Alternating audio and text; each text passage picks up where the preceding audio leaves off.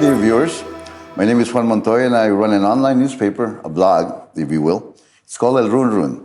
It's an ongoing endeavor to inform our readers. We bring you interviews with candidates vying for public office. Today, we host Cameron County Precinct 1 Commissioner Sofia Benavides, who's running for re-election. Ms. Benavides, if you'll remember, has served as a county commissioner since she was appointed by the Commissioner's Court following the death of her last husband, Pete Benavides, in 2006, and since then, voters have chosen to re-elect her. Welcome, Commissioner. Thank you, Juan. Thank you for allowing me to come on and be here with you this morning. You're certainly welcome. Ms. Benavides, you certainly have had experience in many facets of public service since you became commissioner.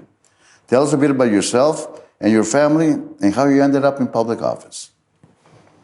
I come from a family of five.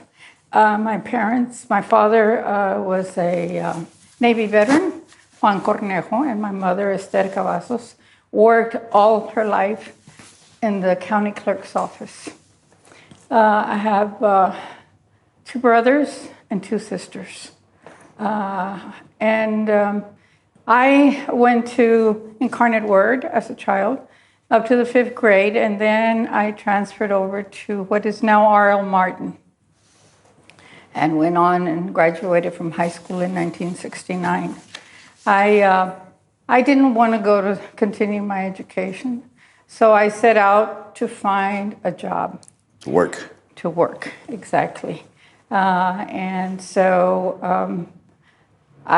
happened to be a part-time job in Judge Dancy's office, and I applied, and I was hired.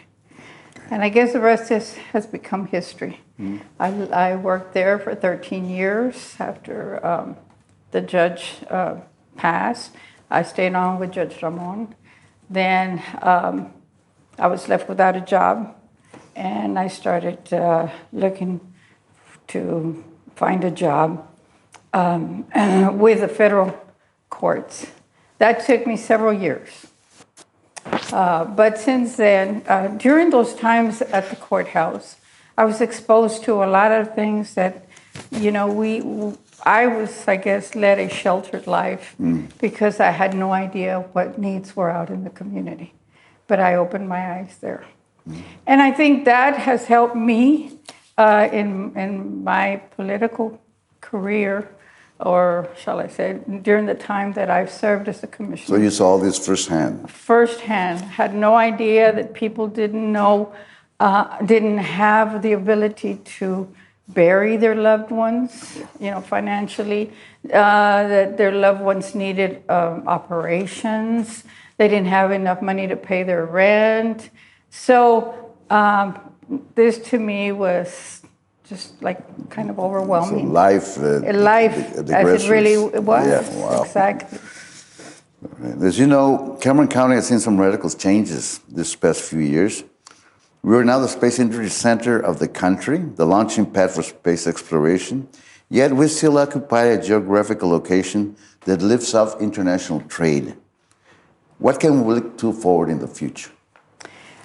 Well, first and foremost, the international trade, I believe that is going to continue to bring industry, to our area. The fact that SpaceX has come here and invested over $1 billion. And it has been an economic growth for not only Cameron County, but beyond. A lot of the services that they have required come from up and down the valley and from other areas of the state. So I think we can look forward to much, much more coming to our area. As it is right now, they have close to 2,000 jobs of people working there. Mm-hmm. And I want to say that many of them are from my precinct, and I hope they are. Correct. So I think there was a requirement that was yes. asked from them to have local workers. Exactly. And that touches upon an interesting thing, is that a lot of these workers, local workers, would not be together with their family were it not for those jobs. That's got to be important. Yes, Juan, and I don't know if I've mentioned this before. The last time I ran, I went knocking on doors to, ask for support. And when I knock on one door and this man comes out and I introduce myself and they tell me, comisionada, yo necesito un trabajo aquí. Me tengo que ir fuera de aquí, de esta área, para trabajar, para mantener mi familia. Solo que ahora mi esposa, mis hijos están ya creciendo y tienen miedo que se les van a ir mal, ¿verdad? Sí. Solo que yo necesito estar en mi pueblo para trabajar. That's so important, keeping families together. Exactly. Yeah, that's good. Commissioner, perhaps people think this has been easy. Please tell us what the precinct looked like when you took over and what has been done in your tenure to improve the quality of life for the residents of Precinct 1. Okay. First and foremost, I represent two diverse areas. The island, who has totally different needs than Southeast Brownsville. Mm-hmm. And I knew that we had a drainage problem in Southeast Brownsville. Valle Escondido very often flooded and people had to leave their homes because of the water. That included overflowing septic tanks? Oh, yes, everything. Everything. Pathology, I remember walking into a home and the water mark was halfway up the wall. So I can only imagine people had to be taken out of there in boats. A cotton crop will withstand flooding for 3 or 4 days. But once water gets into your house for 5 minutes, exactly, you got problems. So drainage was one of the major problems. Yes. So I went and I visited with Cameron County Drainage District number 1 Director Ernesto Gomez.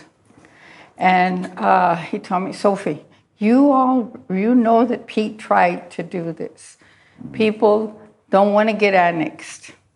And so I said, but I think that if we get people together, in different settings and let them know, look, yes, it's going to cost you taxes, but look what you're going to get for it. And we're talking about maybe 3-cent tax, okay? No, 3/10 of a penny. I'm sorry. Anyway, so I did. I had meetings at the courthouse. I had meetings in the neighborhoods, and I had one at Christ the King. And I needed the signatures. And Neto told me, Sophie, Pete already tried, and he couldn't get it done. I said, well, I want to try again. And so, lo and behold, I got the people to sign up for it. The petition, the Drainage District accepted it, and the rest is history. I went up in a helicopter with Laura Martinez because I wanted to show the Herald that from up there you could not see where the ditches were because they were covered in debris, overgrowth, and everything. Yeah. And just like that example, there are a number of projects that you've undertaken. I think one of the latest ones is the Paso Real project that took you close to 5 years to do. It's a lot. Close to 5 years. Yeah. Right. The USDA, Department of Agriculture, granted me $1.2 million. And with that, we've been able to, if you go over there, you wouldn't even recognize it. Of course, this is a one-time shot, but the project has taken us months, and we are almost at the end of putting in all the culvert boxes that will run the water to the drainage district. Correct. On Minnesota. And just like that one, I know that you could go on all day about the many projects that I know, personally, that I know that have been done to improve quality of life over there. Is there anything you'd like to tell our viewers as you come up for your re-election? Well, yes, I would like to let them know that